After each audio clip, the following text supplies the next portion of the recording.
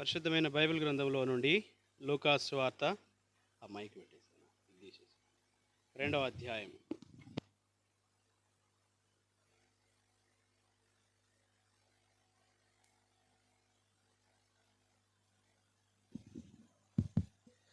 లూకా సువార్త కొంచెం 2వ అధ్యాయం.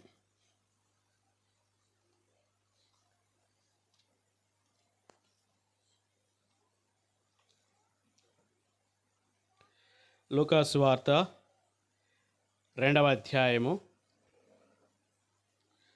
11వ వచనము కలిసి చదువుకుంటామండి. 11వ వచనం. లూకా సువార్త 2వ అధ్యాయము 11వ వచనము పరిశుద్ధమైన బైబిల్ గ్రంథం ఇలాగో సెలవిస్తూ ఉంది. దావీదు పట్టణమందు నేడు రక్షకుడు మీ కొరకు పుట్టి ఉన్నాడు, ఈయన ప్రభువైన క్రీస్తు. 14వ వచనము కలిసి చదువుకుంటాం. సర్వోన్నతమైన స్థలములలో దేవునికి మహిమయు, ఆయనకిష్టులైన మనుష్యులకు భూమి మీద సమాధానము కలుగునుగాక అని దేవుని స్తోత్రము చేయుచుండెను. 3వ భాగము యెషయా గ్రంథము 53వ అధ్యాయము 12వ వచనము కలిసి చదువుకుంటాం. యెషయా గ్రంథము 53వ అధ్యాయము 12వ వచనము కలిసి చదువుకుంటాం. కావున గొప్పవారితో నేను అతనికి పాలు పంచిపెట్టెదను, ఘనులతో కలిసి అతడు కొల్లసము విభాగించుకొనును.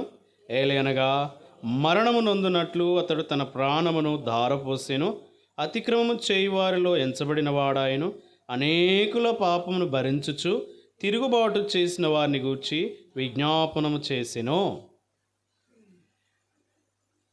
దేవుడు మన వినికిడిలో వినిపించబడినటువంటి పరిశుద్ధ లేఖనాలు మనకు ఆశీర్వాదకరంగా దేవుడు దీవించునుగాక. కనుక పరిశుద్ధ గ్రంథము లూకా సువార్త 2వ అధ్యాయము 11వ వచనంలో రాయబడతా వచ్చినటువంటి మాటను మనం చూసినట్లయితే, దావీదు పట్టణమందు నేడు రక్షకుడు మీ కొరకు పుట్టి ఉన్నాడు, ఈయన ప్రభువైన క్రీస్తు. మీ కొరకు పుట్టి ఉన్నాడు కాబట్టి ఇప్పుడు అక్షయ చూస్తే ఎవరి కొరకు పుట్టిందండి? ఇస్సాకన్నా బానక కొరకు కదండి. అయితే ఇక్కడ రాయబడినటువంటి ఈ మాటలు మనం చూసినట్లయితే, మీ కొరకు తను లోకమందు జన్మించింది, పెరిగి పెద్దదైంది, ప్రయోజకురాలు, రేపొద్దున కుటుంబంగా చేయబడి తన పరిధిలో ఉన్నటువంటి ప్రజలకు తన సహకారిగా, సహాయకురాలిగా ఉండబోతుంది. ఎంతమందికి అంటే కొద్ది మంది మాత్రమే, లిమిటెడ్ పీపుల్. కానీ ఇక్కడ మీ కొరకు పుట్టి ఉన్నటువంటి రక్షకుడు బహుశా తన తల్లిదండ్రులు రక్షించేది కావచ్చు, ఈ లోకంలో తన తోబుట్టుల్ని, రక్త సంబంధికుల్ని, తనకు నిలవైనటువంటి వారిని తను కాపాడవచ్చు. కానీ లోకంలో ఉన్నటువంటి మానవాల్ని రక్షించుటకై జన్మించిన యేసుక్రీస్తు ప్రభువారు మీ కొరకు పుట్టి ఉన్నాడు, ఈయన ప్రభువైన క్రీస్తు అని దేవుని వాక్యంలో ఉంది. కనుక మీ కొరకు అనంటే లోకములో ఉన్నటువంటి మానవులమైన మనకందరి కొరకు లోకరక్షకుడు జన్మించాడు. ఎందుకొరకు జన్మించాడయ్యా? ఎందుకొరకు జన్మించాడు? జన్మించవలసినటువంటి అవసరత ఏంటి? ఆయన దేని నుండి రక్షించడానికి జన్మించాడు? మీ కొరకని మాట్లాడుతున్నటువంటి మాటలు ఎవరు వీరు? దేవుని వాక్యంలో మనం జాగ్రత్తగా చూసినట్లయితే, జన్మించినటువంటి యేసుక్రీస్తు ప్రభువారు మొట్టమొదటిగా దేవుని వాక్యం చెప్తా ఉంది. లూకా సువార్త 2వ అధ్యాయము 14వ వచనంలో, నేడు రక్షకుడు మీ కొరకు పుట్టి ఉన్నాడు, ఈయన ప్రభువైన క్రీస్తు అని చెప్పి దేవుని వాక్యము సెలవిస్తూ, దాని కంటిన్యూస్లో ఏమని రాయబడతా వచ్చింది? 14వ వచనంలో, జన్మించిన యేసుక్రీస్తు ప్రభువారిని గూర్చి, రక్షకుని గూర్చి, మానవుల కొరకు పుట్టినటువంటి వారిని గురించి ఇక్కడ రాయబడుతూ వచ్చినటువంటి మాట, సర్వోన్నతమైన స్థలములలో దేవునికి మహిమ. సర్వోన్నతుడైన దేవుడు, సకల ఆశీర్వచన స్తోత్రములకు మించిన ఘనమైన నామము కలిగినటువంటి దేవుడు, ఎవరు కూడా సమీపింపరాని తేజస్సులో అమరత్వము కలిగి వసించేటువంటి శ్రీమంతుడు, అద్వితీయుడైనటువంటి యేసుక్రీస్తు ప్రభుల వారికి, సర్వోన్నతుడైన దేవునికి మహిమ కలుగునుగాక. ఎందుకు మహిమ కలుగునుగాక అంటే, ఈ లోకమందు సర్వోన్నతుడైన దేవుడు శిశువుగా లేదా కుమారుడుగా మానవాళి కొరకై, లోకంలో ఉన్నటువంటి మనుషులమైన మనందరినీ రక్షించడానికి కొరకై రక్షకుడిగా జన్మించిన కారణాన్ని బట్టి సర్వోన్నతమైన స్థలములలో దేవునికి మహిమ అని కొనియాడబడతా ఉంది. ఆయనకిష్టులైన మనుషులకు భూమి మీద సమాధానము కలుగునుగాక. దేవునికి మహిమ, ఆయనకిష్టులైన మనుష్యులకు సమాధానము కలుగునుగాక. ఎందుకు? ఆయనకిష్టులైన మనుషులకు రక్షణ కలుగునుగాక అని ఎందుకు చెప్పలేకపోయినాడు? ఆయనకిష్టులైన ప్రజలకు ఆశీర్వాదము కలుగునుగాక అని ఎందుకు చెప్పలేకపోయినాడు? ఆయనకిష్టులైన మనుషులకు ఆయనతో కూడా సదాకాలమైన రాజ్యంలో ఉందరుగాక అని చెప్పలేకపోయినాడు? దివ్య గ్రంథం మనకేమని సెలవిస్తూ ఉంది అంటే, అసమాధానముతో ఉన్నటువంటి మానవుడు, దేవునికి దూరస్థుడై ఉన్నటువంటి మానవుడు, నెమ్మది లేని జీవితంలో జీవిస్తున్నటువంటి మానవాళి కొరకై ఈ జగద్రక్షకుడైన యేసుక్రీస్తు ప్రభువారు, సర్వోన్నతుడైనటువంటి దేవుడు తన కలిగినటువంటి సకల మహిమను విడిచిపెట్టి మానవుడిగా మన నిమిత్తమై ఈ లోకములో జన్మించాడు. జన్మించినందుకు సంతోషం కాదండి, ఆయన జన్మించినందుకు సంతోషం కాదు. ఈ లోకంలో అక్షయ జన్మించినందుకు తల్లిదండ్రులకు, తన బంధువులకు సంతోషము, లోకానికి సంతోషం కాదు. అయితే ఒక వ్యక్తి లోకములో జన్మించాడు, ఈ లోకములో ఉన్నటువంటి మానవాళి అందరికీ సంతోషము, సమస్త మానవులకు సమాధానము కలుగునుగా కానీ పరిశుద్ధమైన బైబిల్ గ్రంథం సెలవిస్తూ ఉంది. ప్రియమైనటువంటి సహోదరి సహోదరుడా, దేవునికి మహిమ, ఆయనకిష్టులైన మనుషులకు సమాధానము కలుగునుగాక. రక్షకుడు మీ కొరకు పుట్టాడు.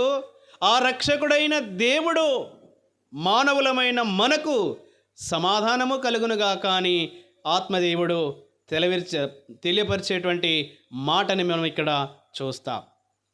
కనుక ఎందుకు మానవునికి సమాధానం ఇవ్వడానికి వచ్చాడు? రక్షకుడైనటువంటి వాడు మానవునికి సమాధానం ఎందుకు అవసరం? ఆశీర్వాదము కలుగ చేయవచ్చు కదా, లేదా ఆయనతో పాటు ఆయన రాజ్యంలో కూర్చుండబెట్టుకొనవచ్చు కదా, ఈ లోకంలో ఏమీ లేకుండా చేయవచ్చు కదా. మొట్టమొదటిగా మానవుని జీవితంలో ఈ నెమ్మది లేదా ఈ సమాధానం అన్నది లేనటువంటి కారణాన్ని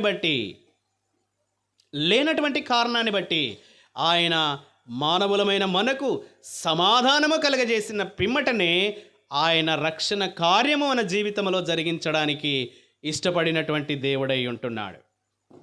మొట్టమొదటిగా ఆయనకిష్టులైన మనుషులకు సమాధానము కలుగునుగాక. రోమిలకు రాసిన పత్రిక 5వ అధ్యాయము 10వ వచనము. రోమిలకు రాసిన పత్రిక 5వ అధ్యాయము 10వ వచనము. ఏలయనగా శత్రువులమై ఉండగా ఆయన కుమారుని మరణము ద్వారా తండ్రి అయిన దేవునితో సమాధానపరచబడిన వారమై ఆయన జీవించుచుండుట చేత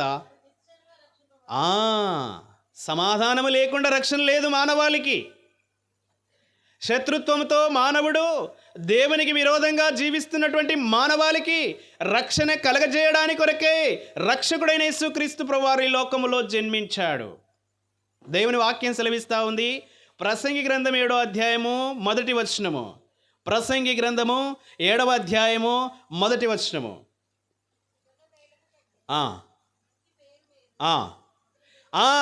ఒకని జన్మదినము కంటే మరణదినమే మేలు అని చెప్తా ఉన్నాడు దేవుడు.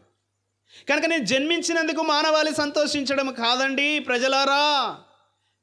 నా మరణము మీకు ఆశీర్వాదం తీసుకొచ్చేది, నా మరణము మీ జీవితాలకు సమాధానాన్ని తీసుకొని వచ్చేది, నా మరణము మీ జీవితాలకు రక్షణని తీసుకొని వచ్చేటువంటిది, నా మరణము మిమ్మల్ని పరలోక రాజ్యములో తండ్రితో కూడా కూర్చుండబెట్టేది. నా జన్మదినము కంటే నా మరణదినమే మానవాళికి మేలు.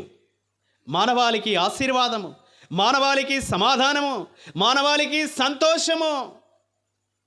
శత్రువులమై ఉండగా ఆయన కుమారుని మరణము ద్వారా సమాధానపరచబడిన వారమై మరణిశ్చయముగా రక్షణ పొందుదుము. ఎందుకండి ఈ శత్రుత్వం వచ్చింది మానవునికి దేవునికి? అపవాది సాతాను దేవునికి మానవునికి విరోధి, దేవునికి మానవునికి శత్రువైనటువంటి అపవాది దేవుని నుండి మానవుణ్ణి దూరం చేయడానికి కొరకై వాడు శోధించిన వాడై మానవుణ్ణి దేవుని యొద్ద నుండి దూరపరిచినాడు. తండ్రి ప్రేమను పొందవలసిన కుమారుడు, తండ్రితో నిత్యము నివసించవలసినటువంటి కుమారుడు దేవుని మాటను అతిక్రమించి ఆయన ఆజ్ఞను అతిక్రమించిన వాడై దేవునికి శత్రువు అయిపోయినాడు. మానవునికి దేవునికి లేదా దేవునికి దేవుని పిల్లలమైన మనకు శత్రువుగా ఉండవలసినటువంటి వాడు దేవునికి మానవులమైన మనకు మధ్యగా మనలో శోధన కలగజేసి ఆ శోధన ద్వారా దేవునికి శత్రువులమై దూరస్థులమైపోవడానికి కారకుడైనటువంటి అపవాది. అందుకే దైవ గ్రంథం సెలవిస్తూ ఉంది, రోమీలకు రాసిన పత్రిక 5వ అధ్యాయం 10వ వచనంలో, శత్రువులమై ఉన్నటువంటి మనలను. కనుక సర్వోన్నతమైన స్థలములలో దేవునికి మహిమయు ఆయనకిష్టులైన మనుషులకు సమాధానము కలుగునుగాక. రక్షణ సమాధానము లేకుండా కలిగేది కాదు. ఆశీర్వాదము రక్షణ సమాధానం లేకుండా కలిగేటువంటిది కాదు. రాత్రికాలం ప్రియమైన సహోదరి సహోదరుడా, ఆయన జన్మదినము కంటే మరణ దినమే మానవాళికి మేలు అని దేవుని వాక్యం చెప్తా ఉంది. అందుకే రోమీలకు రాసిన పత్రిక 5వ అధ్యాయం 10వ వచనంలో ఆయన కుమారుని మరణము ద్వారా సమాధానపరచబడిన వారమై తండ్రి అయిన దేవునితో శత్రువులమైనటువంటి మనము, దూరస్థులమైనటువంటి మనలము, అసమాధానములో ఉన్నటువంటి మనలని ఆయన కుమారుని యొక్క మరణము ద్వారా తండ్రి అయిన దేవునితో సమాధానపరిచి రక్షించడానికై ఈ లోకానికి వచ్చిన దైవం. కనుక మొదటి సంగతి ఏంటంటే ఆయన యొక్క మరణము ద్వారా తండ్రి అయిన దేవునితో సమాధానం.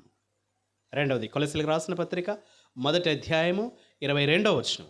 కొలసీలకు రాసిన పత్రిక 1వ అధ్యాయము 22వ వచనం.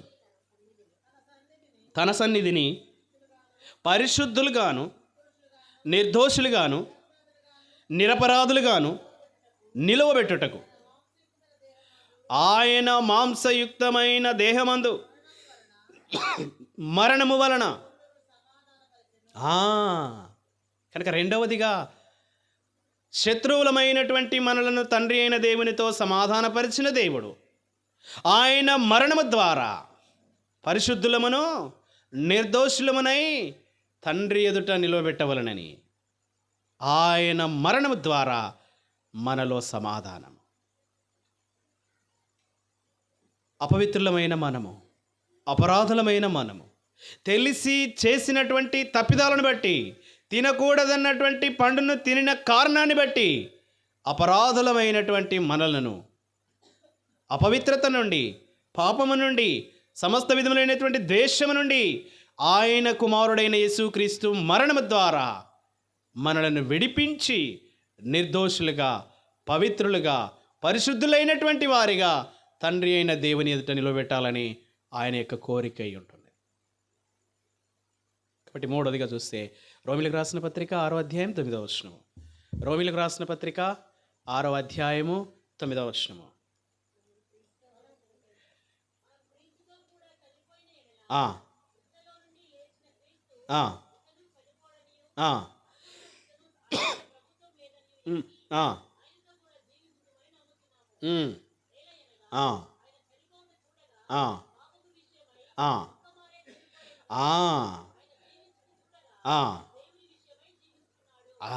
ప్రియమైనటువంటి వారలరా, పాపముల విషయమై ఒక్కమారే నీ కొరకు నా కొరకు మరణించాడు. పాపముల విషయమై సమస్త విధమైనటువంటి దుర్మార్గత నుండి, దుష్టత్వము నుండి, అపరాధముల నుండి విడిపించుట కొరకై, విమోచించుట కొరకై పరిశుద్ధుడైన దేవుడు, సర్వోన్నతమైన స్థలములలో నివసించువాడు నీ కొరకు మానవుడిగా ఈ లోకములో జన్మించాడు. నీలో ఉన్న శత్రుత్వాన్ని తీసివేసి తండ్రి అయిన దేవునితో సమాధానపరచడానికి, సర్వోన్నతమైన స్థలములలో దేవునికి మహిమయు, ఆయనకిష్టులైన మనుషులకు భూమి మీద సమాధానము. ఆ సమాధానాన్ని నీకు ఇవ్వడానికి ఆ దేవుడు ఈ లోకానికి వచ్చాడు. రెండవదిగా, ఆయన యొక్క మరణము ద్వారా నీవు పవిత్రుడవుగా, నీవు పరిశుద్ధుడవుగా, నీవు నీతిమంతుడవుగా తండ్రి అయిన దేవుని ఎదుట నిన్ను నిలవబెట్టాలని ఆయన నీ కొరకై, నా కొరకై మరణమొందాడు. ఎందుకొరకు మరణమొందాడు? మనల్ని పరిశుద్ధులుగా చేయడానికి. యెషయా గ్రంథము 53వ అధ్యాయము 5వ వచనం. యెషయా గ్రంథము 53వ అధ్యాయం 5వ వచనం. మన అతిక్రమ క్రియలను బట్టి అతడు గాయపరచబడెను, మన దోషములను బట్టి నలగొట్టబడెను, మన సమాధానార్థమైన శిక్ష అతని మీద పడెను. కనుక రోమీయులకు రాసిన పత్రిక 6వ అధ్యాయం 9వ వచనం సెలవిచ్చినట్లుగా పాపముల విషయమై ఒక్కమారే చనిపోయాడు. ఆ ఒక్కమారే మరణించినటువంటి పరిశుద్ధుడైన దేవుడు నీ సమాధానార్థమైనటువంటి శిక్షను ఆయన భరించాడు. నీవు నేను పొందవలసినటువంటి శిక్షను ఆయన భరించాడు. అందుకే మనం రెండో భాగం చదివాము. యెషయా గ్రంథము 53వ అధ్యాయం 12వ వచనంలో, ఏలయనగా మరణమునందునట్లు అతడు తన ప్రాణమును ధారపోసెను. ఎవరి కొరకు ధారపోసాడు? నీ కొరకే, నా కొరకే. ఫిలిప్పీయులకు రాసిన పత్రిక 2వ అధ్యాయము 8వ వచనము. ఫిలిప్పీయులకు రాసిన పత్రిక 2వ అధ్యాయము 8వ వచనం. మనుష్యుడుగా కనబడ్డాడు, దేవుని కుమారుడుగా, శిశువుగా ఈ లోకమందు నీ కొరకు, నా కొరకు జన్మించాడు. ఒకని జన్మదినము కంటే మరణ దినము నీకేం తీసుకుని వచ్చిందయ్యా? చదవండి. మరణము పొందునంతగా, అనగా శిలువ మరణము పొందునంతగా విధేయత చూపిన వాడై, విధేయత చూపాడు. సమాధానార్థమైన శిక్ష, నీ మీద పడవలసినటువంటి ఆ శిక్షను ఆయన మీద మోసుకున్నాడు. ఏ పాపం ఎరగని ఆయన నీ కొరకు పాపముగా చేయబడ్డాడు. హెబ్రీయులకు రాసిన పత్రిక 7వ అధ్యాయము 24వ వచనంలో ఇలాగ రాయబడతా వచ్చింది. హెబ్రీయులకు రాసిన పత్రిక 7వ అధ్యాయము 24వ వచనం.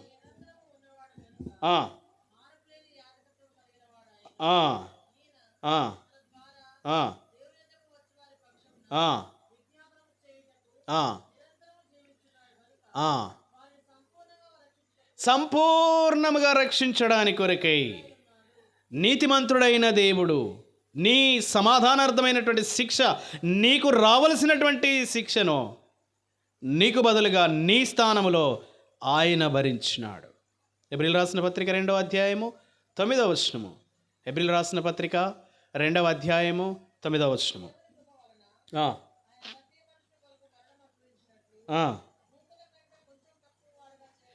మరణం అనుభవించినట్లు తగ్గించుకున్నాడండి.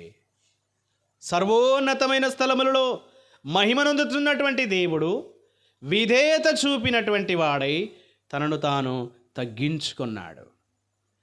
రిక్తుడుగా, దీనుడిగా, దాసుని రూపం పొందాడు. ఎందుకొరకంటే నీవు నేను పొందవలసిన శిక్ష మన స్థానములో మనకు బదులుగా ఆయన పొందినాడు. అందుకే హెబ్రీ గ్రంథకర్త అంటాడు, హెబ్రీయులకు రాసిన పత్రిక 9వ అధ్యాయము 16-17 వచనాలు. హెబ్రీయులకు రాసిన పత్రిక 9వ అధ్యాయము 16-17 వచనాలు. మరణ శాసనం ఎక్కడ ఉండునో, మరణ శాసనము రాసిన వాని మరణము అవశ్యము. ఆ శాసనము రాసినవాడు మరణము పొందితేనే గాని అది చెల్లును. అది రాసినవాడు జీవించుచుండగా అది ఎప్పుడైనాను చెల్లునా?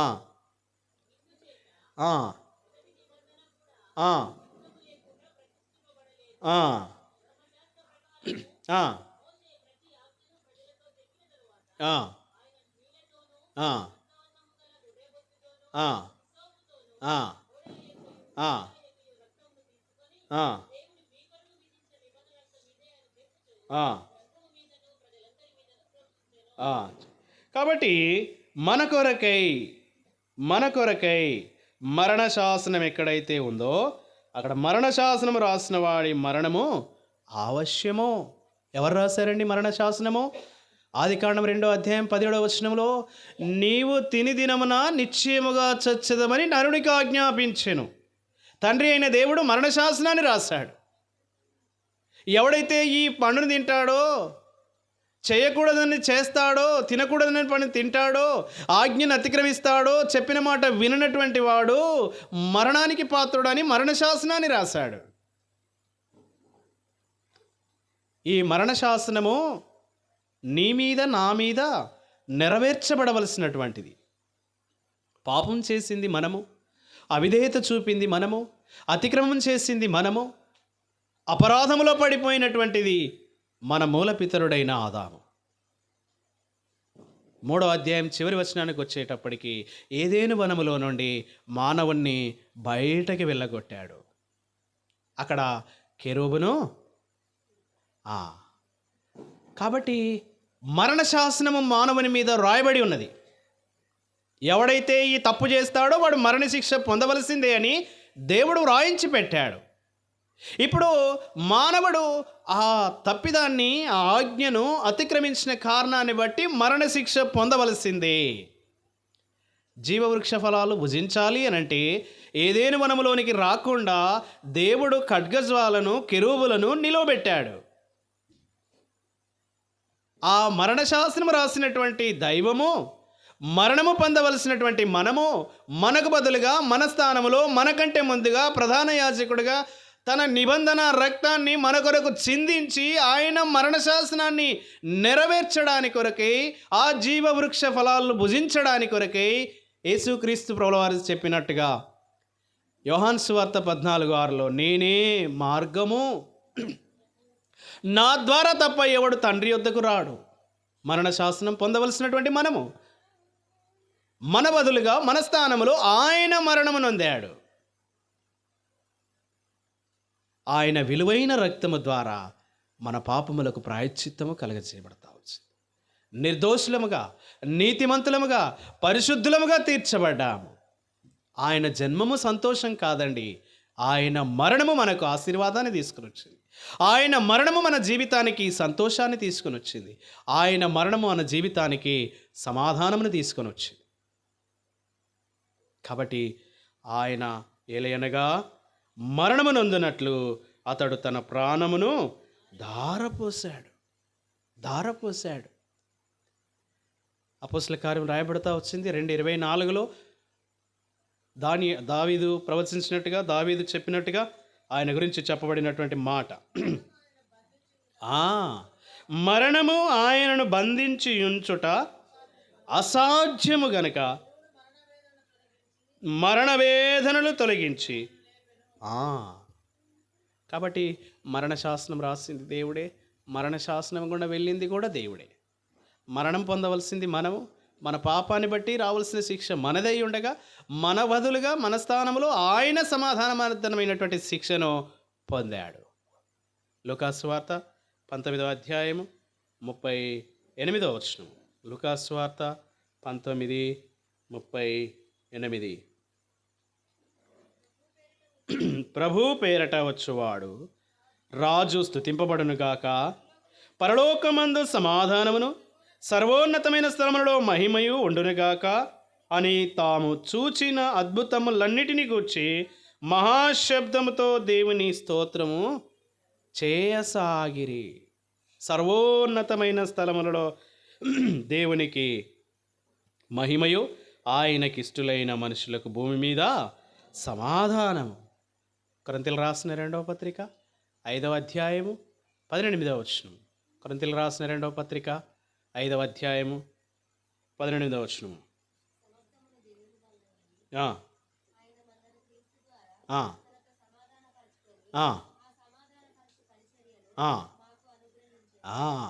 సమాధానపరుచుకోవడానికి సమాధానపరుచుకోవడానికి, శత్రుత్వం పెంచుకోవడానికి ఆయన ఈ లోకానికి రాలేదు.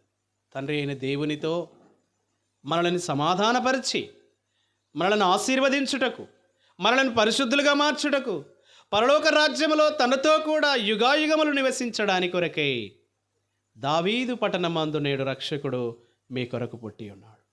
ఈయన ప్రభువైన క్రీస్తు. కాబట్టి ఆయన జన్మదినము కంటే మరణదినమే మేలు. ఎందుకంటే శత్రుత్వాన్ని తీసివేసింది, పాపము, అపవిత్రత, అపరాధములన్నింటినీ తొలగించి వేసి దేవునితో సమాధానపరుస్తూ వచ్చింది. ఎందుకంటే ఆయన మరణము మన జీవితానికి ఆశీర్వాదాన్ని తీసుకొని వచ్చింది. ఆయన మరణము మన పాపములకు రక్షణ తీసుకుని వచ్చింది. 2:17-18 చదువుతాం. ఎబ్రిల్ రాసిన పత్రిక, ఆ పిల్లలు రక్తమాంసములు గలవారైనందున. మాట చూడండి, ఎబ్రిల్ రాసిన పత్రిక 2వ అధ్యాయము 17వ వచనము, 14-15 వచనాలు.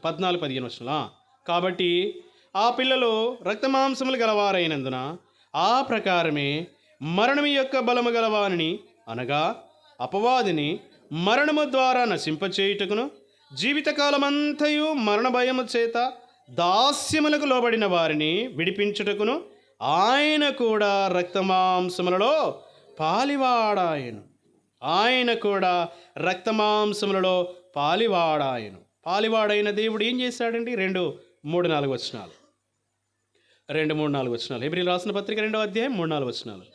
ఇంత గొప్ప రక్షణను మన నిర్లక్ష్యం చేసిన ఎడలా, కాబట్టి గొప్ప రక్షణ ఆయన విలువైన రక్తము ద్వారా, ఆయన యొక్క విలువైనటువంటి రక్తము ద్వారా, ఆయన మరణము ద్వారా మనకు గొప్ప రక్షణ కలగచేయబడింది.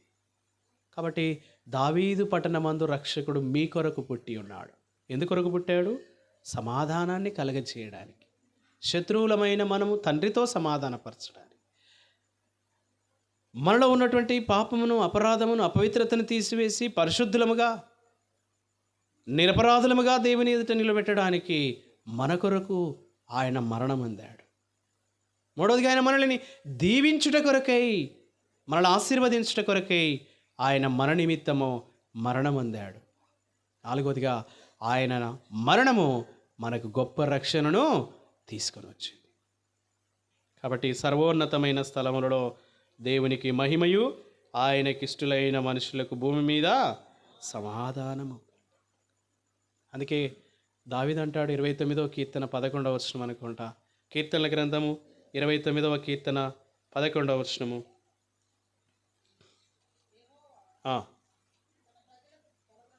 బలమును అనుగ్రహించును, సమాధానము కలగజేసి.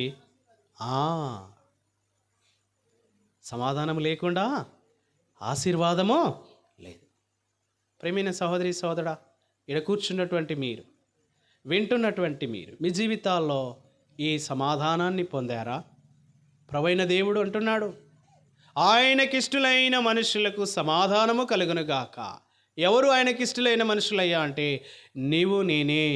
లోకములో ఉన్నటువంటి మానవులమైన మనమందరము ఆయనకిష్టులైన మనుషులము. ఎందుకు ఇష్టలైన మనుషులమయ్యా అని కనుక ఆలోచన చేస్తే, నీ రూపము, నా రూపము, లోకములో ఉన్నటువంటి సమస్త మానవాళి యొక్క రూపము, నీలో నాలో ఉన్నటువంటి ఈ జీవము, ఈ ఊపిరి ఆయన దయచేసినటువంటి ఊపిరే. ఆయన ఇచ్చినటువంటి జీవముతోనే నీవు నేను ఈ లోకములో బ్రతికగలుగుతున్నాము, చలించగలుగుతున్నాము. కాబట్టి ఆయన బిడ్డలమైన మన కొరకే, ఆయనకిష్టులమైనటువంటి మన కొరకే ఈ లోకానికి సమాధానకారకుడుగా వచ్చాడు. అందుకే ఆయన అన్నాడు, యోహాను సువార్త 14వ అధ్యాయం 27వ వచనంలో, యోహాను సువార్త 14వ అధ్యాయము 27వ వచనం ఏమన్నాడు? నా శాంతిని మీకు అనుగ్రహించి వెళ్తున్నాను అన్నాడు కదా. శాంతి మీకు అనుగ్రహించి వెళుచున్నాను, నా శాంతిని మీకు అనుగ్రహించి వెళుచున్నాను. నేను మీకు అనుగ్రహించడం లేదు. కాబట్టి ప్రియమైనటువంటి సహోదరి సహోదరుడా, నీ హృదయంలో కలవరం అక్కర్లేదు, నీ హృదయంలో తొందరపాటు అక్కర్లేదు. దేవునితో సమాధానంగా ఉన్నావా? దేవునికి శత్రువుగా జీవిస్తున్నావు? దేవునికి దూరస్తుడుగా జీవిస్తున్నావు. దేవుని సన్నిధిలో నిలవకుండా పాపములో పడిచెడి ఉన్నావు. దేవుని ఆశీర్వాదం పొందకుండా, దైవ దీవెన పొందకుండా దేవునికి అయిష్టుడుగా జీవిస్తున్నటువంటి నిన్ను ఆయన సమాధానముతో శత్రుత్వాన్ని తీసివేసి, ఆయన సమాధానముతో పరిశుద్ధతనిచ్చి, ఆయన సమాధానముతో గొప్ప రక్షణ కలగజేసి, ఆయన సమాధానముతో నిన్ను ఆశీర్వదించాలని ఈ రాత్రి ప్రేమగల రక్షకుడు ప్రేమతో నిన్ను ఆహ్వానిస్తూ ఉన్నాడు. ఈ సమాధానము నీలో ఉందా? దైవాశీర్వాదాన్ని పొందడానికి నీవు అర్హుడవు. ఈ సమాధానము నీలో ఉందా? దేవుడు శత్రుత్వాన్ని తొలగించి వేసి తండ్రి అయిన దేవునితో నిన్ను సమాధానపరిచే సమాధానకరకుడు. నా శాంతిని మీకు అనుగ్రహించున్నా. లోకంలో ఉంది సమాధానము, లోకంలో ఉంది శాంతి, కానీ నేనిచ్చు సమాధానం లోకం ఇచ్చినట్లుగా కాదన్నాడు. ఆయన సమాధానము నిజమైనటువంటిది. ఆయన సమాధానము రక్షణ కలగజేసేటువంటిది. ఆయన సమాధానము పరిశుద్ధతనిచ్చేటువంటిది. ఆయన సమాధానము మన జీవితానికి ఆశీర్వాదాన్ని తీసుకుని వచ్చేటువంటి. ఈ రాత్రి నీ జీవితంలో ఈ రక్షకుడు జన్మించాలని ఇష్టపడతా ఉన్నాడు. మానవుడిగా, శరీరధారిగా ఈ లోకంలో జన్మించాడే కానీ నీ హృదయంలో జీవించాలని, నీ హృదయంలో జన్మించాలని ఆయన ఇష్టపడతా ఉన్నాడు. నిన్ను ఆయనకి ఇష్టడుగా చేసుకోవాలని నిన్ను ప్రేమించాడు గనుకే నీ యొద్దకు వచ్చాడు. నిన్ను ప్రేమించి నీ కొరకు ఈ లోకానికి మానవుడిగా దిగి వచ్చాడు. విధేయత చూపాడు. తండ్రి అయిన దేవుని చిత్తాన్ని, మరణ శాసనాన్ని నెరవేర్చడానికి, సమాధానార్థమైనటువంటి శిక్షను పొందడానికి, మరణ వేదనలు తొలగించడానికి నీ కొరకు మానవుడిగా దిగి వచ్చాడు. 2000 సంవత్సరాల పూర్వమే ఆయన జన్మించి 33.5 సంవత్సరాలు జీవించి మరణించి సమాధి చేయబడి తిరిగి లేచాడు. పరమునకు ఆరోహణమయ్యాడు. రారాజుగా మధ్యాకాశములకు రెండవసారి రాబోతున్నాడు. ఆ సమాధానం పొందిన ప్రజలను, ఆ పరిశుద్ధత పొందిన ప్రజలను, ఆ రక్షణ పొందినటువంటి ప్రజలను, ఆశీర్వాదం పొందినటువంటి ప్రజలను తనతో కూడా సదాకాలము యుగాయుగములు ఆయన రాజ్యములో ఉండడానికి కొరకు తీసుకుపోవడానికి ఆయన వస్తున్నాడు. ఆయన సమాధానంతో రావడం లేదు. ఆయన తీర్పు తీర్చడానికి వస్తున్నాడు. ధవల సింహాసనపు తీర్పు ఉంది. పాపమునకు రావాల్సిన శిక్ష ఉంది. ఆయన రాకముందే, నువ్వు పోకముందే ఈ సమాధానాన్ని నువ్వు పొందవలనని ప్రభు పేరట మనవి చేస్తున్నా. తలలు వంచండి, మోకరించండి, ప్రార్థన చేసుకుంటాం. ఇటు అటు ఎవరు చూడొద్దు. గంభీరమైనటువంటి సమయము. ప్రియమైనటువంటి సహోదరి సహోదరుడా, నువ్వెవరైనా సరే, యవన సహోదరి, యవన సహోదరుడా, నీ జీవితంలో ఈ సమాధానం ఉందా? రారాజు రాబోతున్నాడు మధ్యాకాశంలోనికి. సమాధానం కొరకు కాదాయన వచ్చేది, తీర్పు తీర్చడానికి రాబోతున్నాడు. ఆయన జన్మదినం కంటే మరణదినము నీ జీవితానికి ఆశీర్వాదాన్ని తీసుకొని వచ్చింది. ఆయన జన్మించాడని సంతోషంతో పాటలు పాడుకుంటూ, ఏదో కేకులు కట్ చేసుకొని, ఏదో కొత్త బట్టలు ధరించి, ఏదో సెలబ్రేషన్ చేయాలని ఆశపడతా ఉన్నావు. దానికంటే ప్రాముఖ్యమైనటువంటిది, దానికంటే శ్రేష్టమైనటువంటిది, దానికంటే ఉన్నతమైనటువంటిది నీకు రక్షణ అవసరమని ఆయన నీ కొరకు మరణించాడు. నా జన్మదినము సెలబ్రేషన్ కాదు, నా మరణము నీకు ఆశీర్వాదాన్ని తీసుకుని వచ్చిందని ప్రేమగల రక్షకుడి రాత్రిని జ్ఞాపకం చేస్తూ ఉన్నాడు. ఆయన నీ హృదయంలో ఉన్నాడా? లేకపోతే ప్రభుని అడుగు. నా హృదయంలోనికి రా ప్రభువా, నాలో ఉన్న శత్రుత్వాన్ని తీసివేయి, నాలో ఉన్న అపరాధాన్ని తీసివేయి, నాలో ఉన్నటువంటి భయములను, మరణ భయాన్ని తొలగించి వేయండి. మీ గొప్ప రక్షణ చేత నన్ను అలంకరించండి. నాకు సమాధానమును, బలమును అనుగ్రహించి నన్ను ఆశీర్వదించుమని నీ పాపముల కొరకు మరణించిన ప్రేమగల రక్షకుడు గాయపడిన చేతులు చాపి నిన్ను ప్రేమతో ఆహ్వానిస్తూ ఉన్నాడు. ఎంతకాలము నీ రక్షణను నిర్లక్ష్యం చేస్తావు? ఎంతకాలం నీ పాపములకు ప్రాయశ్చిత్తము నొందకుండా, క్షమాపణ పొందకుండా, పరిశుద్ధత పొందకుండా, ఆశీర్వాదం పొందకుండా ఈ ఆశీర్వాదానికి వెలపట ఎంతకాలం జీవిస్తావు? ఎన్ని సెలబ్రేషన్స్ చేసుకున్నా, ఎన్ని కొత్త బట్టలు ధరించుకున్నా నీలో నిజమైన శాంతి లేదు. లోకములో ఎవ్వరు ఇవ్వనిది, ఈ లోకములో ఎచ్చట దొరకనిది. లోకములో ఎవ్వరు ఇవ్వనిది, ఈ లోకములో ఎచ్చట దొరకనిది. యేసు మాత్రమే ఇచ్చున్, యేసుని యొద్దని దొరుకున్. యేసు మాత్రమే ఇచ్చున్, యేసుని యొద్దని దొరుకున్. ప్రియమైన సహోదరి సహోదరుడా, నీ జీవితంలో ప్రభును స్వీకరించు. నిజమైన శాంతిని, నిజమైన ఆనందాన్ని పొందు. ఆయనకిష్టులైన మనుషులకు భూమి మీద సమాధానము, ఆ సమాధానాన్ని ఇవ్వడానికి నీ కొరకు ఈ లోకానికి వచ్చిన శాంతికర్త, శాంతి ప్రదాత నీ కొరకు ఏ పాపం ఎరుగని ఆయన ప్రాణమర్పించాడు. రక్షింపబడిన మనము ఆయన ఆశీర్వాదముతో, ఆయన బలముతో, ఆయన కొరకు జీవించాలని ప్రభు సెలవిస్తూ ఉన్నాడు. ఆయన బలముతో కనుక ఆయన బలపరిచి ఆశీర్వదించే దేవుడు. దేవుని వాక్యం సెలవిస్తూ ఉంది, యెహోవా కొరకు ఎదురు చూచడం వలన నూతన బలం పొందుతారు. పక్షిరాజు యవన రెక్కలు చాపి పైకి ఎగురుతారు. ఈ బలము నీవు నేను పొందగలుగుతున్నామా? అనుదినము ప్రభు పాదాల చెంత ఈ ఆత్మ సంబంధమైనటువంటి బలాన్ని మనము సంపాదించుకోగలుగుతున్నామా? యెహోవా నీ వలన బలమునందు మనుష్యులు ధన్యులనన్నాడు దేవుడు. ధన్యుడిగా జీవిస్తున్నావా? ప్రభు బలాన్ని నువ్వు పొందగలుగుతున్నావా? ఆత్మీయంగా క్షేమాభివృద్ధి పొందగలుగుతున్నావా? పౌలపుత్రుడు అన్నాడు, నన్ను బలపరుచు అని యందు నేను సమస్తము చేయగలనన్నాడు.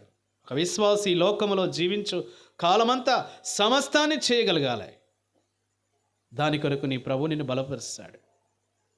నీ బలహీనతల్లో సహాయకుడిగా ఉంటాడు. అనుదినం ఆయన గడప యొద్ద, ఆయన పాదముల యొద్ద కనిపెట్టుకొనచ్చు. ఆయన మెలనైన స్వరాన్ని వింటూ ఆ కాపరిని వెంబడించడం ద్వారా సమృద్ధి అయిన జీవముతో ఆయన మనల్ని నింపుతాడు, బలపరుస్తాడు. అట్టి బలం పొందడానికి దేవుడు మన జ్ఞాపకం చేస్తూ ఉన్నాడు. ప్రభుని అడుగుదాం, పాదాలు చెంతపడదాం. అనుదినము ఆయన గడప యుద్ధ కనిపెట్టుకొని ఉండేవారు. నీ వలన బలమునందు మనుషులు ధన్యులనన్నావు దేవా. నువ్వు బలమును అనుగ్రహించి సమాధానమునిచ్చి ఆశీర్వదించే దేవుడు. పక్షిరాజు యవనం వలె రెక్కలు చాపి పైకి ఎగురుదురన్నారు. నీ కొరకు కనిపెట్టుకునేవారు. కాబట్టి అలాగ జీవించడానికి తీర్మానం చేసుకుందాం. ప్రభు ఆ రీతిగా మనకు సహాయపడి బలమును అనుగ్రహించి యాత్రలో తోడయుండి నడిపించునుగాక. ప్రార్థన చేసుకుంటాం. అలానే ఉండండి.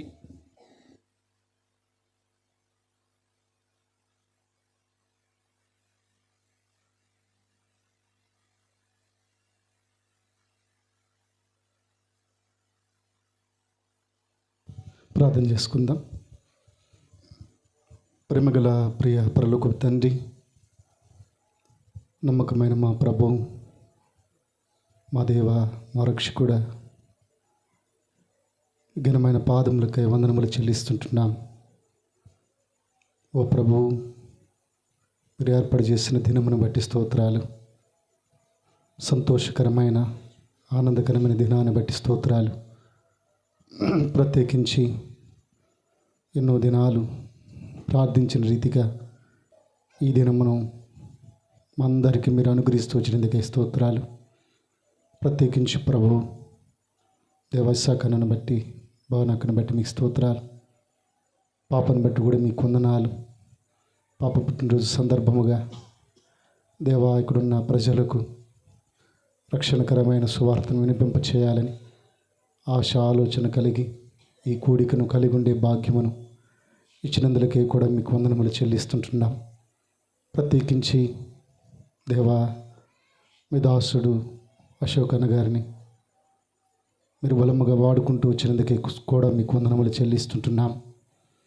దేవా, మరణము ద్వారా దేవ కలిగే లాభములు, దేవ మీరు మరణించుట ద్వారా దేవా శత్రువులైన మమ్మల్ని జ్ఞాపకం చేసుకున్న దేవుడు, సమాధాన స్థితిలోనికి తీసుకొచ్చిన దేవుడుగా మీరున్నందుకే వందనములు. దేవ, మరణ వేదనను తొలగించుట కొరకై దేవా, మీరు కూడా దేవా మరణించి మా కొరకే సమాధి చేయబడుతూ వచ్చినందుకే కూడా మీకు వందనములు చెల్లిస్తుంటున్నాను. దేవ, మరణ శాసనమును రద్దు చేయుట కొరకై దేవ స్వయాన మీరే దిగి వచ్చి దేవ మా కొరకై మరణించినందుకే స్తోత్రాలు. మరణం ద్వారా సమాధాన స్థితి, మరణం ద్వారా ఆశీర్వాదము, మరణం ద్వారా మేలు మీరు అనుగ్రహిస్తూ వచ్చినందుకే కూడా వందనములు స్తోత్రములు చెల్లిస్తుంటున్నాను. దేవా, మరణం ద్వారా రక్షణను, ఇంత గొప్ప రక్షణను దేవా మీరు అనుగ్రహిస్తూ వచ్చినందుకే వందనములు చెల్లిస్తుంటున్నాను. ఓ ప్రభు, ఇంకా ఇక్కడ ఎవరైతే రక్షణ లేకుండా ఉన్నారో అటు వారందరికీ కూడా దేవా మీరు అనుగ్రహించే రక్షణను కలిగి ఉన్నట్లు మీరే సిద్ధం చేయండి. ఇంకెవరైతే శత్రువులు ఉన్నారో, సమాధాన స్థితి లేకుండా ఉన్నారో, ఇంకా నీకు దూరముగా ఉన్నారో అటు వారందరినీ కూడా మీరు దర్శించుము. దేవా, నీ పిల్లలుగా స్వీకరించుము, నీ పిల్లలుగా అంగీకరించుము. ఎందరైతే తీర్మానం చేసుకున్న వారిని కూడా జ్ఞాపకం చేసుకొని వారి తీర్మానాలను బలపరచవలసిందిగా కూడా మీ సన్నిధిలో ప్రార్థన చేస్తుంటున్నాను. కుటుంబానికి రావాల్సిన దీవెనలు, ఆశీర్వాదాలు కూడా మీరు అనుగ్రహిస్తూ రమ్మని స్థానికంగా ఉన్న దేవా మరి హెబ్రోను ప్రార్థన మందిరం దేవా సేవకుల అశోకన్న గారు, దేవ బాధితుల సహోదరులు, సంఘం అంతటిని బట్టి కూడా మీకు వందనములు చెల్లిస్తూ మిగతా సమయాన్ని దీవెనకరంగా చేయమని ఇంతవరకు మీరు మాకు అనుగ్రహించిన దేవా నీ వాక్యమును బట్టి వందనములు చెల్లిస్తూ వాక్యం విన్నాం దేవ, విడిచిపెట్టి పట్టుకొని పోకున్నట్లు, మా హృదయంలో పదిలం చేసుకున్నట్లు, మా హృదయంలో భద్రం చేసుకున్నట్లు, వాక్యమును అనుసరించి నడుచుకున్నట్లు మీరే సిద్ధం చేయమని వందనములు చెల్లిస్తూ యేసుక్రీస్తు ప్రభువారి ధన్యకరమైన నామంలో ప్రార్థించి వేడుకొనుచున్నాము తండ్రి, ఆమేన్. తండ్రి అయిన దేవుని యొక్క శాశ్వతమైన ప్రేమ, ప్రభువైన యేసుక్రీస్తు వారి యొక్క కృపయు, సమాధానము, పరిశుద్ధాత్మ దేవుని యొక్క నిత్య సహవాసము ఇప్పుడును చేరిన మనకు సకల పరిశుద్ధులకు బిడాక్షేకును సదాకాలము తోడయుండి నడిపించును గాక. అక్షయమైనదియు నిర్మలమైనదియు అక్షయమైనదియు నిర్మలమైనదియు రక్షకుడేసు వాడబరని స్వాస్థ్యము నాకిచ్చును. రక్షకుడేసు వాడబరని స్వాస్థ్యము నాకిచ్చును. సంతోషమే సంతోషమే సంతోషముతో స్తుతించేదన్, క్రీస్తు యేసు రక్షించినన్ చేర్చెను తన మందలో. అందరికి ప్రైజ్ లార్డ్.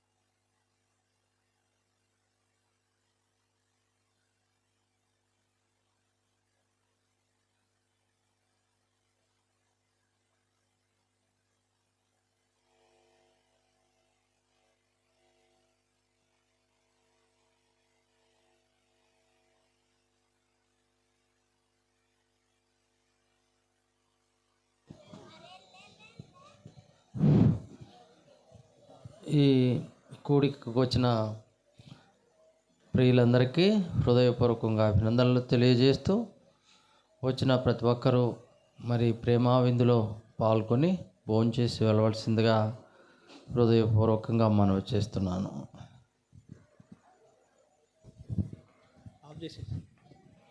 దయచేసి ఇక్కడ టేబుల్స్ అరేంజ్ చేస్తారు. మీరు లేచి హ్యాండ్ వాష్ చేసుకున్నట్లయితే భోజనాల కొరకు ఏర్పాటు చేస్తారు. కాబట్టి హ్యాండ్ వాష్ కొరకే మీ వెనకాలే ఉన్నాయి అనుకుంటా వాటరు.